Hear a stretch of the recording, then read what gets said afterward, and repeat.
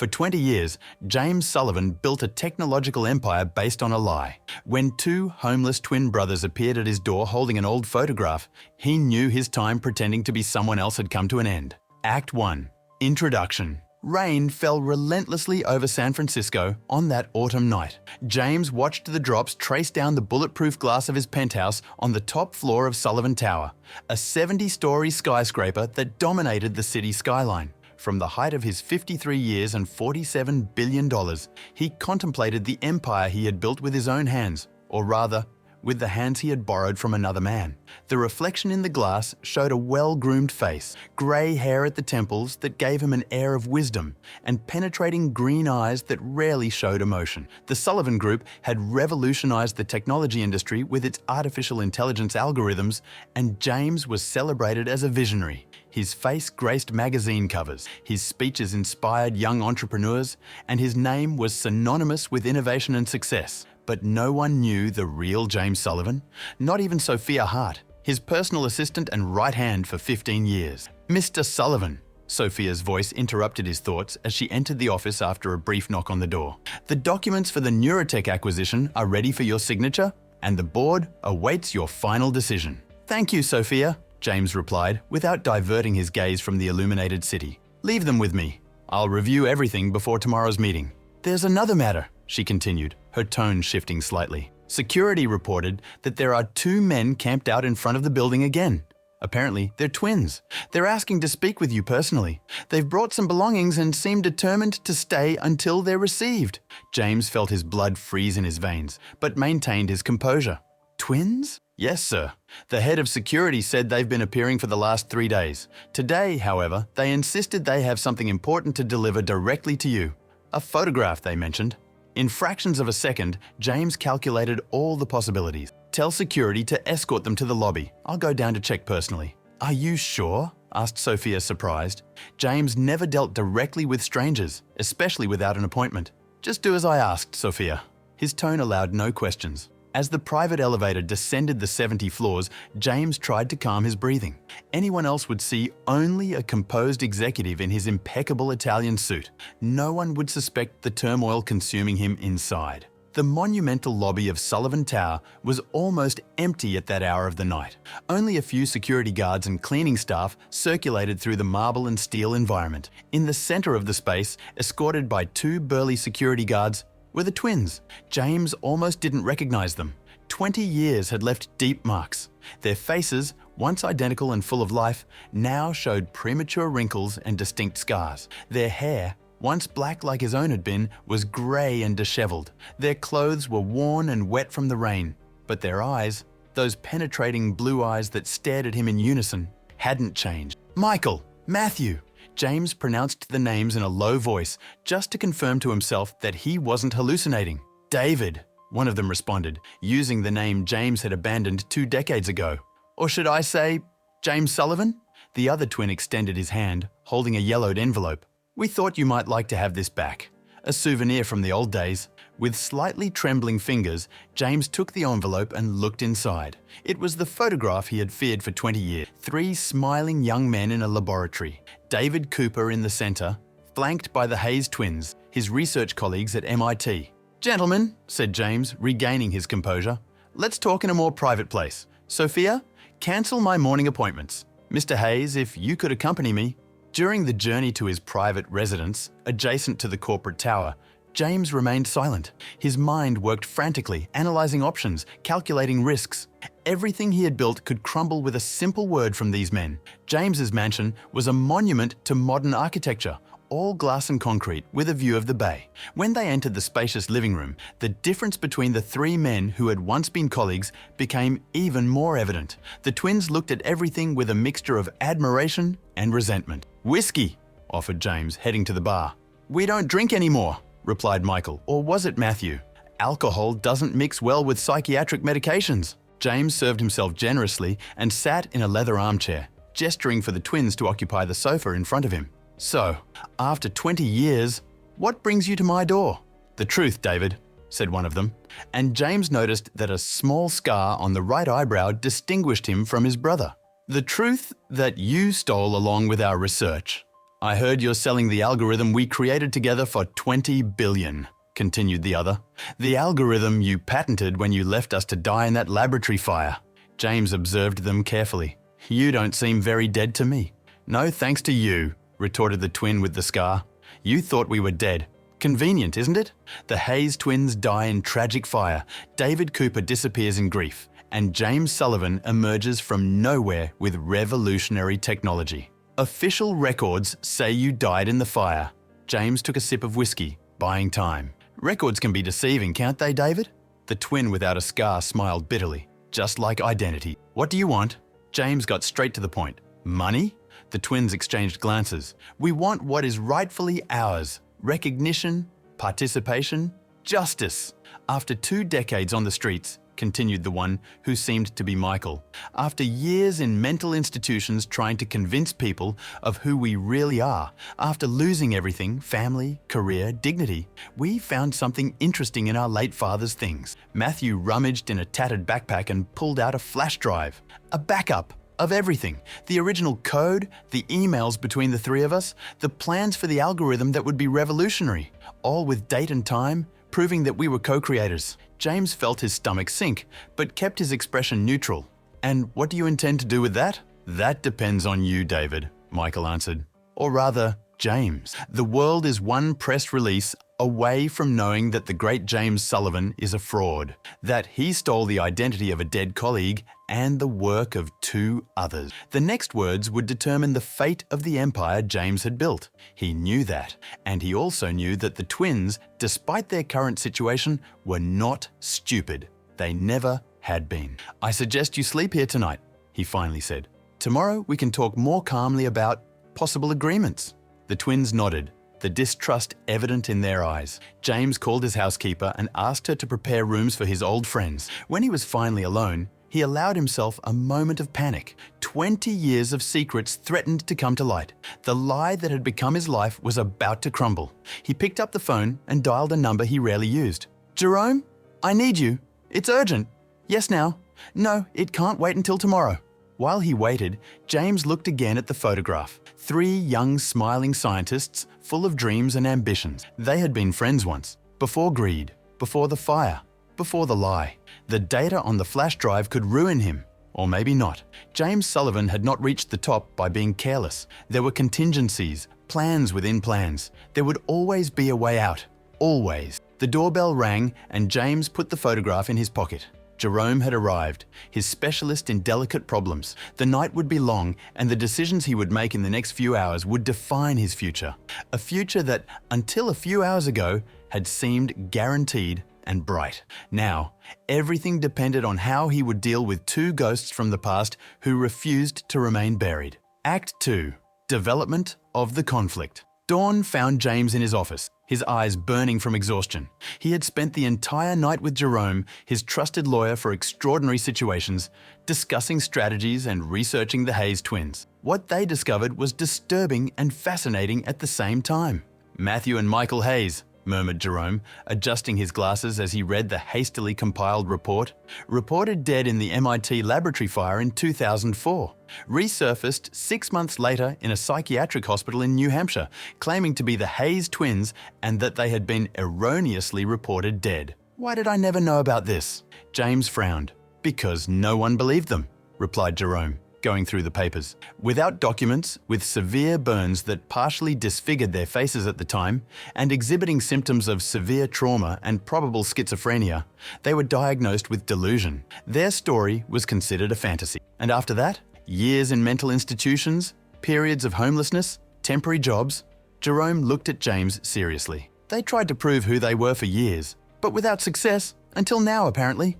James rubbed his face, feeling the stubble. The flash drive. Our technicians are still analysing it, but the content seems authentic. If it goes public, I know, James cut him off. I need time. As the sun began to illuminate San Francisco Bay, James took a long shower and changed clothes, preparing for the confrontation to come. In his mind, he was already forming plans, considering offers, evaluating risks. The twins were waiting for him in the dining room, wearing new clothes, courtesy of James's staff. They were clean and shaved, which made them even more recognizable to him. Although 2 decades of hardship had marked their faces in different ways, the resemblance was undeniable. "Good morning," greeted James, sitting at the head of the table. "I trust you rested well." "Better than in recent years," replied Matthew, the twin with the scar on his eyebrow. James noticed that he seemed to be the calmer of the two. "Let's get straight to the point," said Michael, leaning forward. "We want 30% of Sullivan Group shares, public recognition as co-creators of the original algorithm, and $500 million each as compensation for the lost years." James observed them in silence for a few seconds, then allowed himself a slight smile. "Impressive. You've done your homework." "We've had plenty of time to think," replied Matthew. "I must admit I underestimated you." James served himself coffee. "How did you survive the fire?" "The reports were conclusive." The twins exchanged glances. "We were in the basement storage when it all started," Michael explained.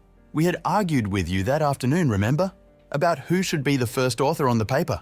James nodded. He remembered perfectly. The discussion that changed everything. "We went down to cool off, review some old equipment," Matthew continued. "When the fire started, we tried to go up, but the stairs were already blocked. We escaped through the maintenance tunnels, with severe burns," added Michael, instinctively touching a scar on his neck partially covered by his shirt. "When we finally got help, we were delirious from pain and smoke inhalation, and you had already disappeared with all our work." James took a sip of coffee, maintaining his composure. "A moving story. And why should I believe you?" Matthew smiled sadly. "Because you know it's true, David. Or the fact that we've shown up here would be too implausible a coincidence, wouldn't you agree?"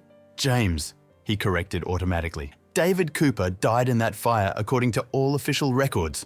"Convenient," observed Michael. "Very," agreed James. "Just like the timing of your visit, right when the Sullivan Group is about to launch a new generation of the algorithm and acquire Neurotech." Matthew's eyes narrowed.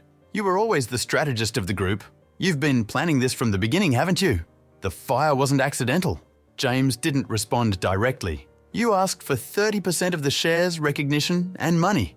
I have a counter-proposal." Sophia chose that moment to enter the dining room. "Mr. Sullivan, sorry to interrupt, but the board is waiting at Sullivan Tower for the meeting about the acquisition. Should I inform them that you'll be late?"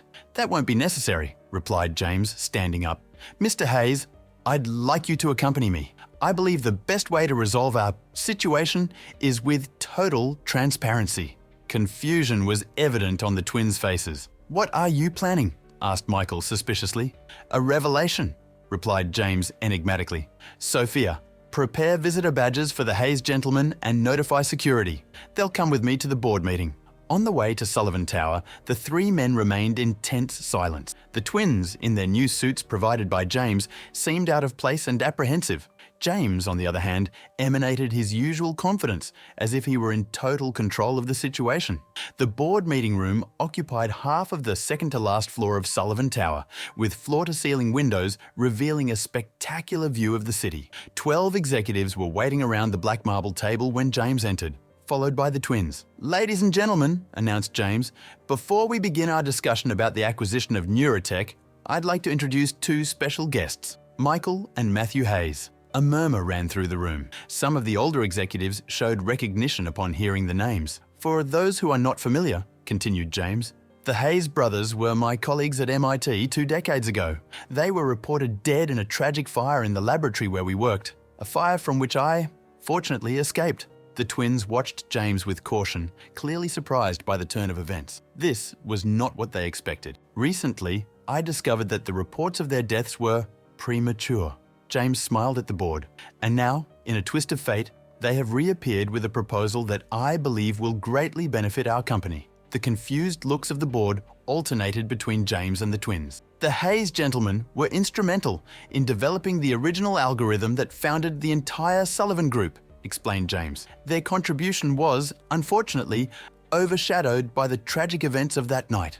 I am proposing that we correct this historical injustice." Michael and Matthew exchanged perplexed looks.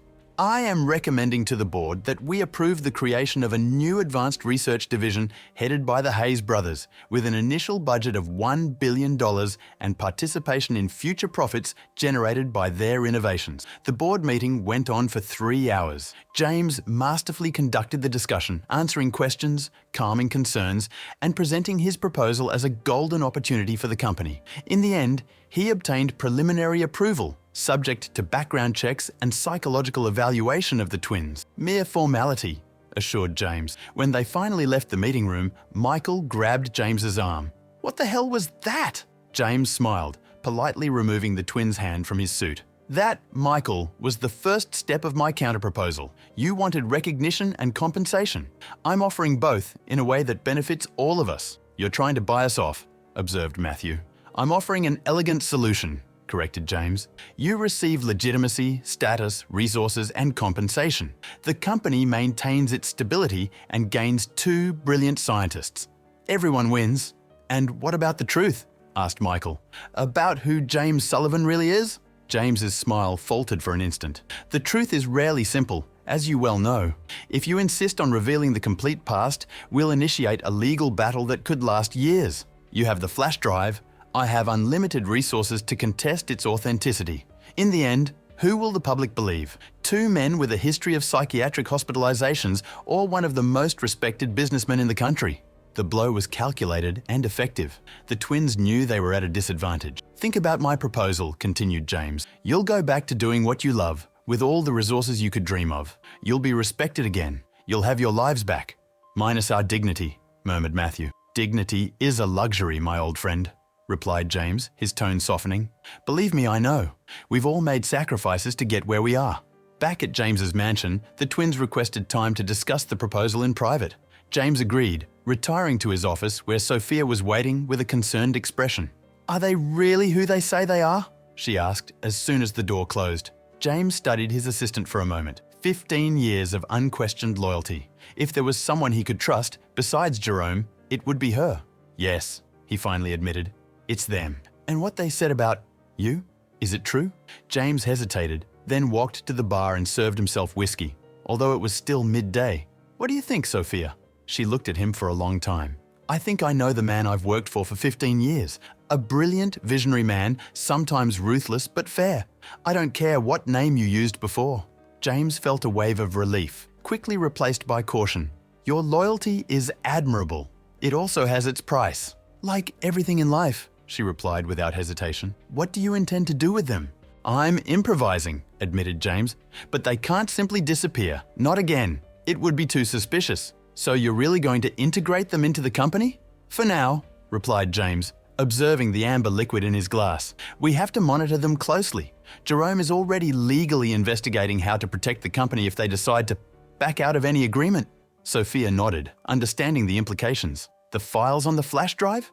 Our technicians are creating copies and analyzing everything. We need to know exactly what they have. James took a sip of whiskey. And we need a contingency plan in case everything goes wrong. In the evening, James received the twins in his office. They seemed to have aged years in the few hours since the board meeting. We accept your proposal, said Michael without preamble. With some conditions. James gestured for him to continue. We want written guarantees, bulletproof contracts, and unrestricted access to the company's laboratories and databases. Understandable, replied James. Jerome will prepare the documents. As for access, there will be a probationary period naturally, a matter of security protocol. And we want our own apartment, added Matthew. Not in your buildings or properties, something independent. James smiled. I've already instructed my realtor to find suitable options. Choose what you prefer. One last point, said Michael, leaning forward. We never revealed how we survived the fire or what really happened that night. In exchange for our silence about your true identity, we want to know why you did it, why you betrayed your friends, why you became someone else. The request caught James by surprise. After a long moment of silence, he stood up and walked to the window. The city glittered under the night sky, thousands of lights reminding him of the empire he had built. Ambition, he finally answered. Initially, it was just ambition. I was brilliant, but so were you. Together, we were unbeatable. But I wanted more. I wanted solo recognition. The algorithm was too revolutionary to be shared. So you caused the fire, concluded Matthew, his voice strangely calm. It was an impulse, admitted James, still with his back to them. A miscalculation. I never intended for you to be seriously hurt. I thought it would just be a distraction, something that would destroy our local data while I escaped with the backups. People died in that fire, Michael reminded him. 2 lab assistants on the upper floor? I know. James's voice faltered for an instant. It's something I live with every day. And David Cooper? Asked Matthew. Did he really die? James turned to face them. David was in the wrong place at the wrong time. When I found him trying to escape, it was another impulse. An opportunity I couldn't pass up. His death was a convenience. A heavy silence fell over the office. The twins processed the confession, while James observed their reactions with clinical attention. "Why are you telling us this now?" Michael finally asked. "Because you deserve to know the truth," replied James. "And because if we're going to work together again, I need to be sure that we understand each other perfectly." What James didn't say, what he didn't need to say, was that his confession was calculated. By admitting to murder and arson, he established a balance of power. If the twins tried to expose him, he would ensure they were implicated as accomplices, or at minimum, as blackmailers who concealed information about serious crimes. Everyone had something to lose now. The game was balanced. Or at least, that's what James wanted them to think. In the weeks that followed, the twins were gradually integrated into the structure of the Sullivan Group. They underwent medical and psychological evaluations, had their identities legally re-established, thanks to James's influence with the authorities, and began to familiarize themselves with the company's operations. James kept them under constant surveillance, of course. Every email, every call, every movement within the company buildings was monitored. Sophia personally coordinated this operation, reporting directly to James. To the outside world, the official story was inspiring. Two brilliant scientists, mistakenly reported dead, had spent years fighting against physical and psychological trauma until finally recovering their identities and being rediscovered by their former colleague technology magnate James Sullivan, who generously brought them into his company. The press loved the narrative. The Reborn Twins of Silicon Valley was the headline of a major business magazine. Sullivan Group shares rose 8% when the announcement was made. The acquisition of Neurotech was successfully finalized, further expanding James's empire. Everything seemed to be getting back on track, but James didn't let his guard down. He knew the twins too well to believe they would simply accept the deal and move on. They were waiting, watching, planning, just as he was. The question wasn't if something would happen, but when. The answer came 6 weeks after the twins' arrival, during the annual charity dinner of the Sullivan Foundation. The event gathered the cream of San Francisco society with million-dollar donations for carefully selected social causes, an impeccable public relations operation that James had perfected over the years. The ballroom of the Fairmont Hotel sparkled with crystals and jewels. James circulated among the guests with his usual poise when Sophia approached discreetly. "Sir," she murmured, "we just detected something alarming. Matthew Hayes accessed the main research server using your credentials. He's downloading files related to Project Prometheus." Project Prometheus was the code name for the next generation of the original algorithm, the most advanced evolution of the technology James had stolen from the twins 2 decades ago. "Where is he now?" James asked, maintaining his smile for the nearby guests. "In the main laboratory. Michael is in their apartment." "Jerome?" "On his way to the laboratory with the security team." James nodded. "I'll be there in 20 minutes. Don't do anything until I arrive." As his driver hastily took him back to Sullivan Tower, James pondered his option. He had prepared various contingencies for this eventuality, but still needed to decide which to implement. The twins were doing exactly what he had predicted, trying to steal Project Prometheus to use as leverage or to expose him. It was predictable, even disappointing in its simplicity. James expected more from them. On the way, he received a call from Jerome. "It's contained," informed the lawyer. "Matthew was detained in the laboratory. We found a storage device on him, but he hadn't managed to download anything significant yet." "And Michael?" "Disappeared. The apartment is empty." James felt a pang of concern. The twins always worked together, coordinated like reflections in a mirror. If Michael wasn't in the apartment, he was executing another part of the plan. "Find him," he ordered. "Use all resources. And keep Matthew isolated until I arrive." When James entered the security room of Sullivan Tower, Matthew was sitting calmly, his hands handcuffed to the metal table. He didn't seem at all disturbed by having been caught. "I figured it would be you who'd interrogate me," said Matthew when James entered. "Did you like our little theatre?" "Theatre?" James frowned. Matthew smiled. "You really think we would try something so obvious? Give us some credit, David." The deliberate use of his old name was a provocation. James ignored it. "Where is Michael?" "Doing what needs to be done," replied Matthew enigmatically. "Just as I did my part, which would be serving as bait." James shook his head. "Disappointing. I thought you were smarter, and we thought you would be more cautious." Matthew retorted. "Did you check the device they found on me?" A chill ran down James's spine. He turned to Jerome, who was holding a flash drive inside a transparent plastic bag. "Analyze this, now, and reinforce security at all facilities." "Too late," commented Matthew, leaning back in the chair. "The virus is already active." "Virus?"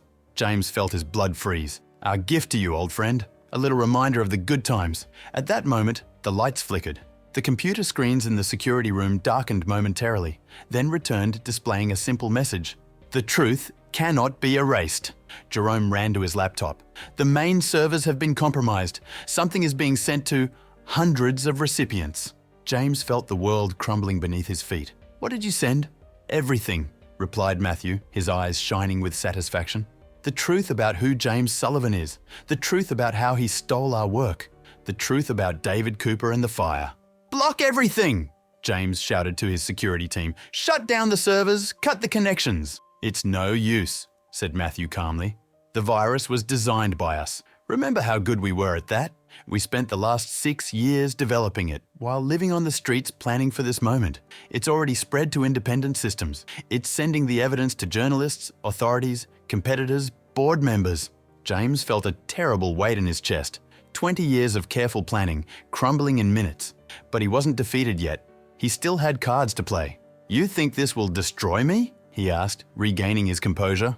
"I have contingencies for everything. Your evidence will be contested. Your credibility will be questioned. It will be my word against that of 2 men with a history of mental disorders." "Perhaps," agreed Matthew. "But the court of public opinion rarely requires proof beyond reasonable doubt. The seed of doubt has already been planted. The great James Sullivan will never be seen the same way again." "Where is Michael?" James was losing patience. "What else is he planning?" Matthew smiled. "You should be asking yourself where Sophia is." James's heart skipped a beat. Sophia, his confidant, his right hand, the only person besides Jerome who knew all the details of his operations. "What have you done to her?" James's voice came out higher than he intended. "Nothing," replied Matthew. "She's perfectly fine. In fact, she's helping Michael right now." The betrayal hit James like a physical blow. "Sophia would never? Do you really believe that 15 years of loyalty can't be shaken? What kind of genius are you?" Matthew leaned forward as far as the handcuffs allowed. "We showed her the evidence of who you really are. What you did to us, what you did to David Cooper, how you built your empire on corpses and lies." Jerome came running into the room. "Sir, we need to evacuate. Now. The police are on their way, and there are reporters gathering in the lobby." James looked at Matthew, at the serene smile on his face, and knew he had been defeated. Not completely. He still had hidden resources, alternative identities, offshore accounts that no one knew about. He could start over somewhere else, but the Sullivan Empire was doomed. "You haven't won," he said to Matthew as he prepared to leave. "This just forces me to evolve once again." "The difference," replied Matthew, "is that this time the whole world will be watching." Act 3. Crisis and Confrontation. The next 48 hours unfolded like a slow-motion nightmare for James Sullivan. The scandal exploded with a speed and intensity that not even his best crisis management specialists could contain. "Technology magnate accused of identity theft and homicide," screamed the headlines. The flash drive planted by Matthew contained meticulously organized documents, original MIT emails, dated research records, the original patent with the names of the 3 researchers, police reports about the fire, and more disturbingly, a recorded confession from James himself, a skillfully manipulated edit of the conversation he had with the twins in his office. From the hideouts he maintained for emergencies, James coordinated his defense. Jerome had mobilized an army of lawyers, while public relations worked frantically to control the damage. Sullivan Group shares plummeted 60% in a single day. The board called an emergency meeting and voted for James's temporary removal from all executive functions, pending investigation. Sophia had completely disappeared, along with Michael Hayes. Jerome reported that the 2 had been seen boarding a flight to Europe, but the trail ended in Frankfurt. Matthew, meanwhile, was released by the police after giving extensive testimony. He had instantly become a celebrity, the resurrected genius who had survived decades of adversity to finally expose the man who had stolen his life. Talk shows, exclusive interviews, even book offers began to emerge. On the third day after the scandal broke, James was in his safe apartment in Oakland, watching television with morbid fascination as Matthew appeared on the country's most watched morning show. "Matthew, your story is extraordinary," said the host. "How did you and your brother survive all these years, believing that no one would listen to you?" Matthew, now wearing an elegant suit with well-cut hair and without the disheveled beard, seemed completely transformed. There were moments of deep despair, of course, years in mental institutions, being medicated for delusions that were actually our real memories, periods living on the streets when the system failed us. But we never lost hope that the truth would eventually come to light. "And your brother Michael? Why isn't he here with you?" An enigmatic smile crossed Matthew's face. "Michael is taking care of important matters related to our future. Soon, we'll have exciting news." James turned off the television, throwing the remote control against the wall with enough force to break the plastic. His phone rang, one of the few numbers that still worked. "Jerome? Bad news." The lawyer's voice sounded exhausted. "The Department of Justice has opened a formal investigation. They're seeking search and seizure warrants for all properties associated with you." "They won't find anything compromising," replied James, with more confidence than he felt. "I'm more worried about what Michael and Sophia are doing." "Any news?" "Still nothing definite." "Wait, I'm receiving something now." There was a pause. "Oh my God, what is it?" "A press release just came out. Michael Hayes and Sophia Hart announced the formation of Hayes Innovation, a new technology company headquartered in Zurich, with initial funding of $2 billion. James felt his stomach sink. Source? Unknown. But the release mentions that they took with them the true heart of Sullivan technology, whatever that means. James knew exactly what it meant. Project Prometheus. They stole Prometheus. It wasn't just an algorithm. It was the evolution of 20 years of research, the future of artificial intelligence that would make current technology obsolete. It was the most valuable asset the Sullivan Group possessed, and its development was the company's best-kept secret. "How is this possible?" asked Jerome. "The security protocols." "Sophia knew them all," interrupted James, his mind racing to assess the damage. "She had access to practically everything. What do we do now?" James was silent for several seconds, considering his options. He had worked hard to get where he was. He had committed crimes, betrayed friends, destroyed lives. He wouldn't give up without a fight. "Prepare the private jet," he finally said. "We're going to Zurich. James, you can't leave the country. It's practically an admission of guilt. The authorities are monitoring all your movements." "They won't be monitoring Richard Mercer," replied James. "Richard Mercer was one of his alternative identities, meticulously built over the years for situations like this." "It's too risky," insisted Jerome. "What's the alternative? Stay here and watch while everything I built is destroyed?"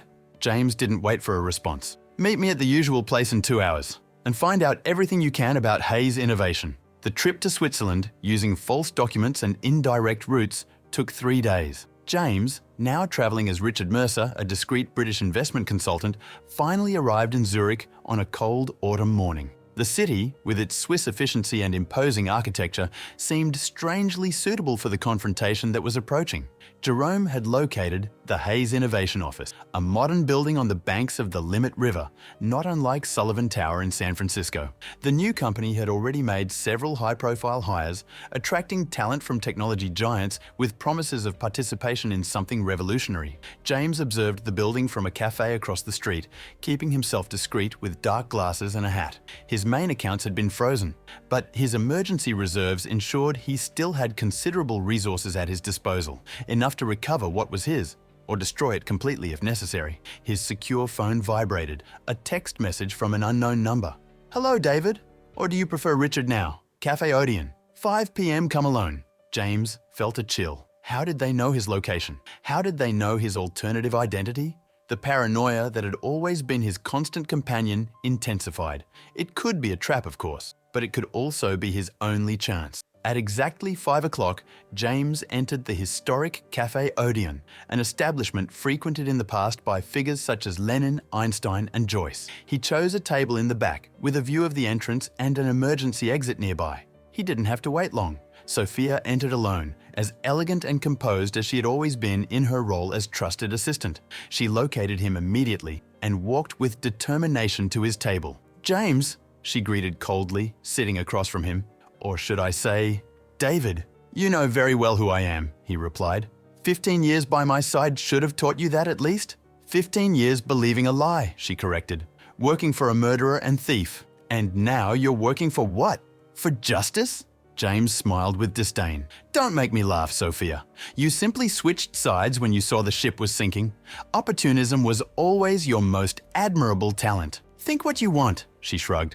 I'm not here to discuss morality. Then why? Michael wanted me to personally deliver an invitation. Sophia took an envelope from her purse and placed it on the table. He thinks you should see firsthand what's about to happen. James didn't touch the envelope. Project Prometheus, among other things, confirmed Sophia. It turns out Michael has his own genius. He didn't stop working on the algorithms during all these years. What the three of you started at MIT, he continued, even during the most difficult periods. In mental institutions? On the streets? James couldn't hide his skepticism. Without resources? Without equipment? The human mind is a powerful instrument, James. Something you seem to have forgotten amid all your greed. Sophia pointed to the envelope. Tomorrow at 10 o'clock. The address is there. It's a unique opportunity. And why would Michael offer me this? Why not simply proceed with his revenge? Sophia studied him for a moment, as if really seeing him for the first time. You never understood the twins, did you? Despite all your genius, you never understood what motivated them. Enlighten me, then. It's not about revenge, James. It never was. It's about correction, about fixing what was broken. Sophia stood up. Matthew is dealing with the past. Michael is building the future, and he wants you to see that future. Perhaps because, despite everything, he still remembers the scientist you once were. With these words, she left, leaving James alone with the envelope and his troubled thoughts. After a few minutes, he finally opened it. Inside was a simple card with an address in the outskirts of Zurich and a time. James spent the night in his hotel, discussing options with Jerome over the secure phone. The lawyer insisted that attending the meeting was an obvious trap. They want to hand you over to the authorities, argued Jerome. Or worse, if they wanted to hand me over, they could have done so today, countered James. Sophia knew exactly where I was. Then what do you think they want? I don't know, admitted James, but I intend to find out. The next morning, James drove a rented car to the indicated address, a modernized industrial complex on the outskirts of Zurich. The place appeared to be an old warehouse converted into a high-tech laboratory with discreet but efficient security. To his surprise, he was cordially received at the entrance. A young assistant, who clearly had no idea who he really was, accompanied him through corridors to a large, well-lit room in the center of the complex. Michael Hayes was waiting for him, alone, standing next to an impressive set of equipment. He seemed more composed than his brother, more focused, more centered. The years of hardship had left different marks on the twins. "David," greeted Michael, deliberately using James's original name. "Thank you for coming." "I didn't have much to lose," replied James. "Your brother and your accomplice already took care of that." Michael showed no reaction to the provocation. "Do you know why I brought you here?" Sophia mentioned something about showing me the future. James looked around suspiciously. "Where is she, by the way?" "In a meeting with investors. Don't worry, we're alone." Michael gestured to the equipment. "What you're seeing is the evolution of what we started at MIT. The real evolution, not the corporate version you developed at the Sullivan Group." James approached cautiously. The hardware seemed advanced, but not radically different from what he himself used in his cutting-edge laboratories. "Looks familiar," he commented with disdain. "What's so revolutionary about it?" Michael smiled. "It's not the hardware that matters, it's the algorithm. While you were building empires and accumulating billions, I continued our original work. In psychiatric hospitals, I drew equations on the walls. On the streets, I solved problems in my mind. In public libraries, I used free computers to test theories when I could.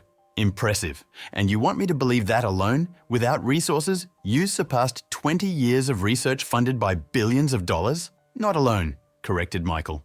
Matthew and I never stopped collaborating. And during the last 6 years, we had help. From whom? People who believed in us, people who were harmed by you, ex-employees you discarded, competitors you destroyed. Michael paused. And of course, eventually, Sophia. Sophia worked for me for 15 years. James shook his head. How did you recruit her? I didn't recruit her. She came to us. Michael observed James's expression with interest. You really don't realize it, do you? The Sullivan Corporation has been under surveillance for years. Project Prometheus had already been compromised long before we appeared at your door. James felt the ground disappear beneath his feet. Impossible. The security protocols were developed by people, James. People with principles eventually. When some of your best engineers discovered who you really were and what you had done, they became disillusioned. This is absurd. It's the truth, Michael shrugged. Why do you think we came now, after 20 years? Because we finally had enough resources and support. Because we were finally ready. James tried to process the implications. His empire had been infiltrated for years without him noticing. People he trusted had turned against him. His precious project Prometheus was already compromised long before the twins appeared. What do you intend to do now? He finally asked. Destroy what remains of the Sullivan Corporation? Hand me over to the authorities? None of that, replied Michael. I want to offer you a position. James thought he had misheard. A position? At Hayes Innovation, as a scientist consultant, without shareholding, without executive control, but with access to cutting-edge research resources. The shock left James momentarily speechless. Why? He finally managed to ask. Because, despite everything, you're still a brilliant scientist, replied Michael with simplicity. And because this project is bigger than our personal history. What project? Michael activated a large screen on the wall. Complex diagrams, equations, and simulations filled the display. We're about to take the next step in the artificial intelligence revolution. Not just improving existing algorithms, but creating something fundamentally new. Something that you, in your obsession with profit and control, never considered. James studied the data on the screen, his scientific brain automatically processing the implications. This would alter the entire current computational paradigm. Exactly, confirmed Michael. The work we're doing here has the potential to transform all aspects of technology. Health, education, energy, climate. The applications are practically limitless. And you want me to be part of this, after everything? James couldn't hide his distrust. As a consultant without power? Consider it redemption, suggested Michael. A chance to contribute to something genuinely transformative, without the burden of being James Sullivan. Or David Cooper, or whoever you are now. Michael extended his hand. What do you say?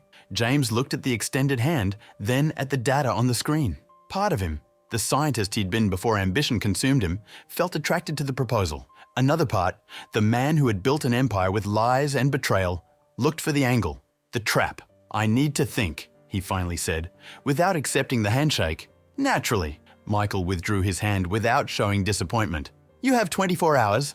After that, we'll move forward, with or without you. Upon leaving the complex, James felt strangely disoriented. The world he knew had crumbled. His empire was in ruins. His carefully constructed identity exposed. His trusted assistant had betrayed him. And now, one of the men whose life he had ruined offered him redemption? Back at the hotel, he found Jerome waiting for him in the lobby with a grave expression. Terrible news, the lawyer informed as soon as they entered the elevator. The Department of Justice has issued an international warrant for your arrest. The Swiss authorities have been notified. We have to get you out of the country immediately. To where? Asked James, feeling the weariness of 2 decades of lies weighing on his shoulders. I have a contact in Dubai. We can establish you there with a new identity while we fight in the courts. And how long will that take? Years, probably, admitted Jerome. But we still have resources. Accounts that haven't been frozen, influence that can be exerted. James looked out the window of the room at the immaculate city below. Michael Hayes offered me a job. What? Jerome seemed astonished. As a consulting scientist at Hayes Innovation. No power, no control, just science. It's an obvious trap, declared Jerome. As soon as you accept, they'll hand you over to the authorities. Maybe. James didn't seem convinced. Or maybe it's exactly what Michael said. A chance for redemption. James! Listen to yourself. These men dedicated decades to planning your ruin. Do you really believe they now want to work with you for redemption? I don't know, admitted James. And it was true. For the first time in many years, he really didn't know what to do. That night was the longest in James Sullivan's life. Alone in his hotel room, while Jerome finalized the arrangements for his escape, he confronted questions he had avoided for decades. Who was he really? The brilliant scientist David Cooper, whose potential had been aborted by greed? The ruthless magnate James Sullivan, built on lies and corpses? Or something in between? Or perhaps neither? At 3 in the morning, unable to sleep, James opened his laptop and began to examine the data he had secretly captured during his visit to Michael's facilities. The more he analysed, the more impressed he became. The work was genuinely revolutionary, more advanced than his own Project Prometheus in crucial aspects. Michael wasn't bluffing. They really were about to change the world of technology, and for some inconceivable reason, they wanted him to be part of it. When the sun rose over Zurich, James had made his decision. He left a note for Jerome and discreetly left the hotel. The ground floor of the Hayes Innovation Complex was busier now, with researchers and engineers starting their workday. James identified himself at the reception and was again led to the room where he had met Michael. This time, both Michael and Matthew were present. The twins, side by side, formed a powerful image, as if time had finally begun to heal the divergence that life had imposed on their identical destinies. "You came back," observed Matthew, his expression unreadable. "I made my decision," replied James. "And what is it?" asked Michael. James looked at the two men whose lives he had destroyed 20 years ago.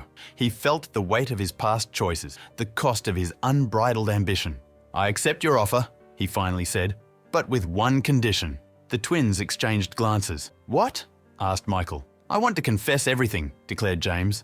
"Officially, the fire, David Cooper's death, the theft of the research, everything." The surprise was evident on the identical faces of the twins. Clearly, this was not the answer they expected. "Why?" asked Matthew, suspicious. "Because you were right," admitted James. "The truth cannot be erased. I tried for 20 years and now everything has crumbled. If I'm going to start over, it needs to be with the truth, however painful it may be." Michael studied him intensely. "You understand what this means? Prison, trial, possibly the rest of your life behind bars."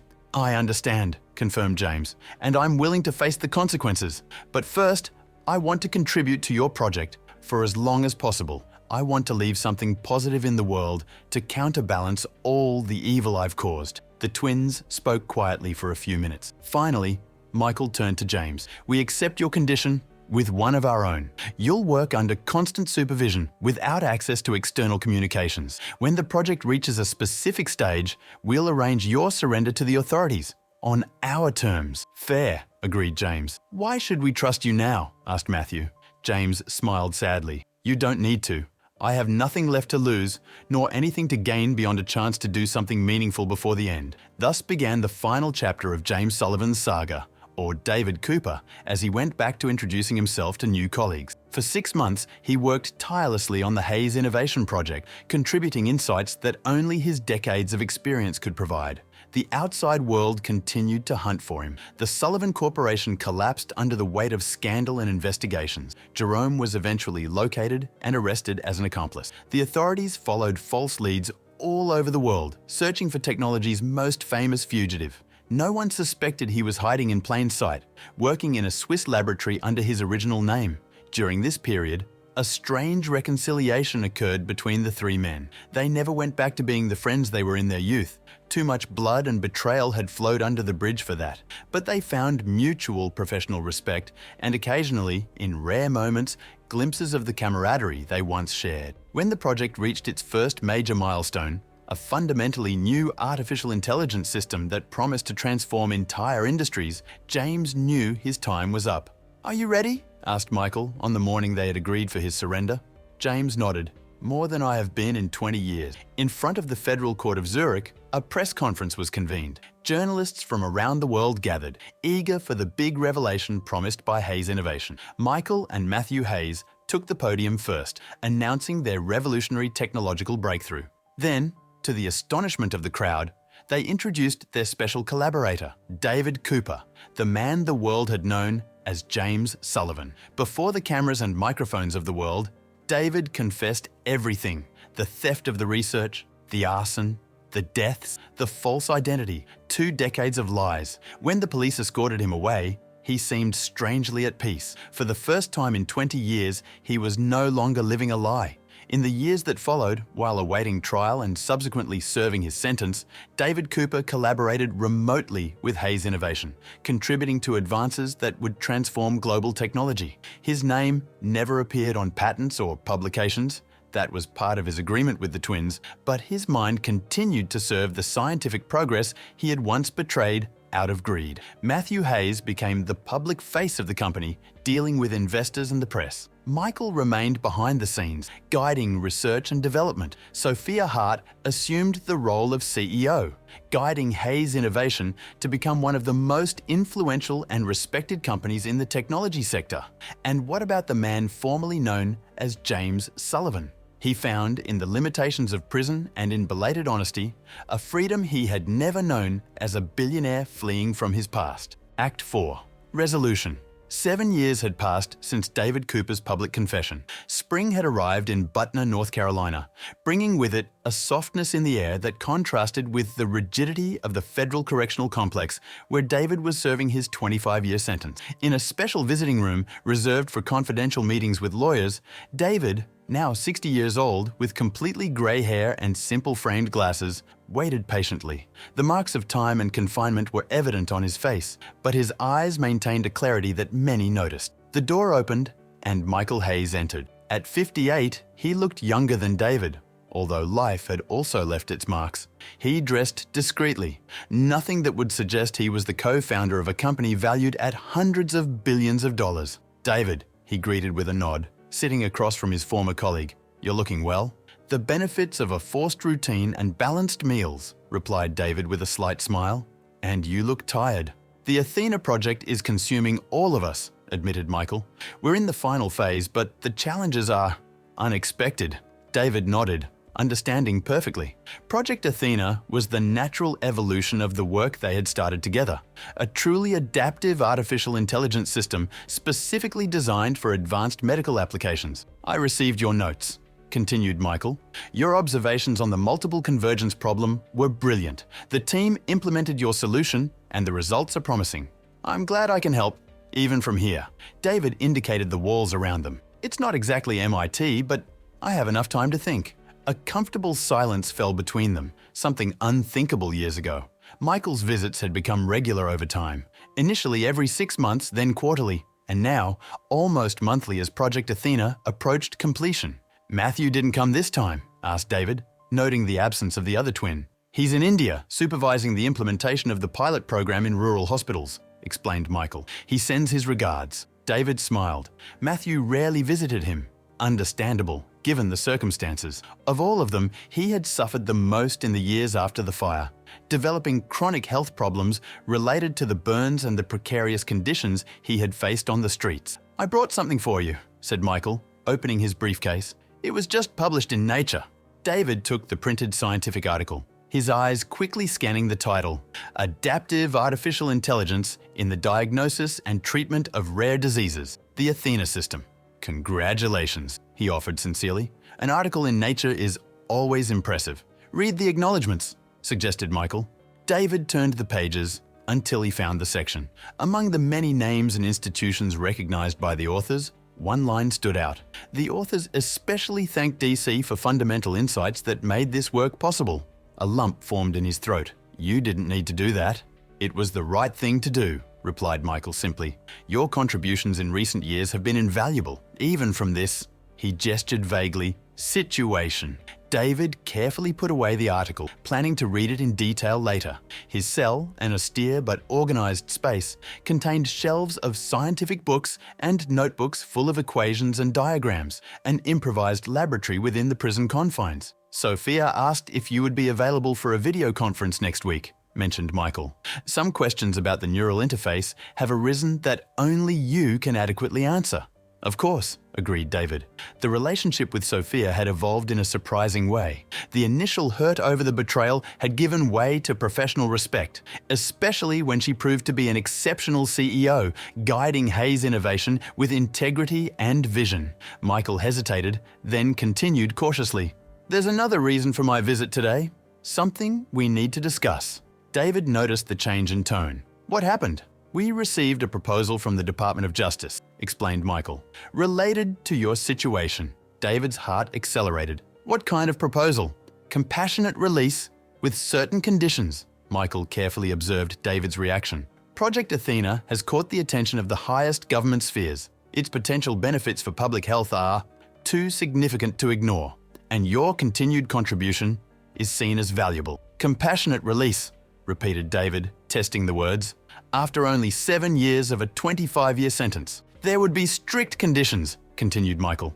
Constant monitoring, prohibition from leaving certain areas, exclusive work on Project Athena under federal supervision, no financial compensation beyond the basics for subsistence.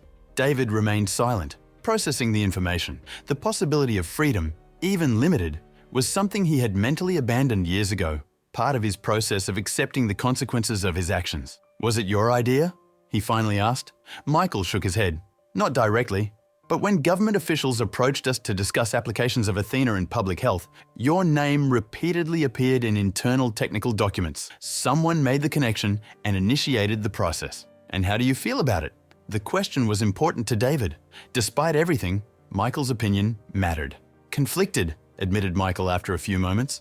Part of me still associates you with the man who tried to destroy our lives, who caused deaths and suffering out of greed. He paused. But another part recognizes the scientist I've worked with in recent years, someone who genuinely seeks reparation. David nodded, understanding perfectly the ambivalence. He himself still struggled with these two versions of himself. What does Matthew think? He said the decision is yours, replied Michael. But that, if you accept, he hopes it's for the right reasons. David couldn't help but smile. Typical of Matthew, always the most perceptive of the three when it came to true intentions. I need to think about it, he finally said. Naturally, there's no immediate rush. Michael hesitated again. There's one more thing I should mention. What? If you accept, you'll work directly with me, daily, in the same laboratory. The implication was clear. After 7 years of cautious and professional interactions, they would effectively be returning to the collaborative dynamic they had shared decades ago, before ambition and betrayal separated them. Would that be appropriate? David asked carefully. I don't know, replied Michael with honesty. But Athena is bigger than both of us, bigger than our past. When Michael left, David returned to his cell with much to think about. The prison routine, which had become a strange comfort over the years, now seemed simultaneously safe and suffocating. During the following week, as he considered the proposal, David spent hours reviewing his own path, from ambitious young scientist to corrupt magnate, from fugitive to confessed prisoner, and now, possibly, to scientific collaborator under conditional release. The real question, he realized, wasn't whether he should accept the offer. It was why. Would it be to escape prison? To resume some version of his old life? Or genuinely to contribute to something greater than himself? The night before giving his answer, David dreamed of the MIT laboratory where it all began. The three young men working late, sharing ideas, building the foundations of what would eventually revolutionize global technology. He woke up with a clarity he hadn't felt in years. When Michael returned a week later, David had already made his decision. I accept the proposal, he said without preamble, but with one additional condition of my own. Michael raised his eyebrows, which is, I want all records to indicate that I'm working as a research assistant, not as a principal collaborator. No public recognition for my contribution. The surprise was evident on Michael's face. Why? Because it's not about me, replied David simply. It never should have been. That was my flaw from the beginning, turning our work into a platform for my ego and ambition. This time, I want to do it for the right reason. After a long moment, Michael nodded. I'll inform the lawyers. The process will take a few months, but I have time, smiled David. It's not like I have other commitments. 3 months later, David Cooper left the Federal Correctional Complex in Butner under discreet escort. There was no press coverage, no public announcement, just an older man carrying a small box with personal belongings, mostly books and notebooks. He was taken to a monitored residential complex in the outskirts of Boston, near the new American headquarters of Hayes Innovation. A modest apartment awaited him, functional, not luxurious, with adequate workspace and limited internet access. The next morning, Michael personally picked him up for his first day at the laboratory. The place was impressive. Vast open spaces filled with the most advanced scientific equipment, teams of brilliant researchers working at various stations. Some curious glances followed David as he walked alongside Michael. Few knew his true identity. For most, he was just a new senior researcher with relevant experience for Project Athena. Welcome back to science, said Michael when they reached the area designated for them. For real, this time. David felt an emotion he hadn't experienced in decades, the pure enthusiasm for discovery, disconnected from greed or personal ambition. For a moment, he was again the young scientist from MIT, eager to unravel the mysteries of the universe. Thank you, he responded with sincerity, for this second chance. Third, technically, corrected Michael with a slight smile. Don't waste it. I don't intend to.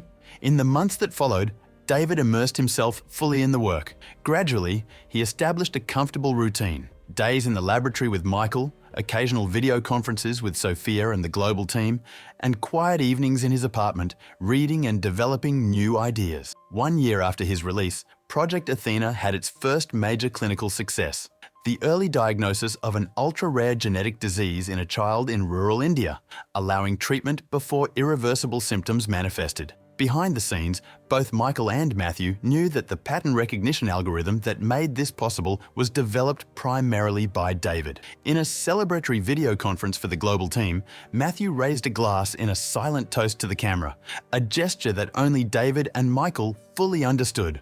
It was the closest to a reconciliation that the three had achieved. 2 years later, David received an unexpected visit in his laboratory. Jerome Wilkins, his former lawyer. After serving a reduced sentence for cooperation with the authorities, Jerome had completely distanced himself from the corporate world. "You look well, David," observed Jerome, visibly moved at reuniting with his former client. "And you look different," replied David, noticing the former lawyer's more relaxed appearance. "I'm teaching law at a community college," explained Jerome, "trying to pass on some lessons about ethics that I learned the hard way." They talked for hours, reminiscing about the past without nostalgia, but with a new perspective that only time and consequences could provide. "Do you regret it?" Jerome finally asked. "Confessing? Giving up everything?" David considered the question carefully. "No," he replied after a moment. "I lived 2 decades as the richest and most powerful man I knew and never found peace. Now," he gestured to the laboratory around them, "I'm doing the work I was born to do, with genuine purpose. It's a freedom I never experienced as James Sullivan." Jerome nodded, understanding. "You were always a better scientist than a businessman." "That's true," agreed David with a smile. "I just took 20 years to accept it." On the 5th anniversary of the global implementation of the Athena system, Hayes Innovation organized a scientific symposium in Boston. Medical specialists from around the world gathered to discuss the advances made possible by the technology, which had already saved thousands of lives and transformed diagnostic protocols in remote regions. David participated discreetly, sitting in the back of the auditorium, watching Michael, Matthew, and Sophia conducting presentations and answering questions. No one besides them knew that the older man with notebook and pencil, making meticulous notes, was a fundamental piece of the puzzle. At the end of the event, while most participants headed to a celebration cocktail, David prepared to discreetly return to his apartment. He was interrupted by Matthew Hayes. "Aren't you going to join the celebration?" asked Matthew, approaching cautiously. It was the first time in years that the two had spoken directly without Michael or Sophia present. "I prefer to keep a low profile," replied David. "You know that?" Matthew nodded. 5 years, thousands of lives saved. I think we deserve to celebrate, all of us." David observed the man before him, still so similar to Michael, but with subtle differences that went beyond the physical. Matthew had always been the more emotional of the twins, the more intuitive. He had also been the one who suffered most from David's betrayal. "Why are you inviting me, Matthew?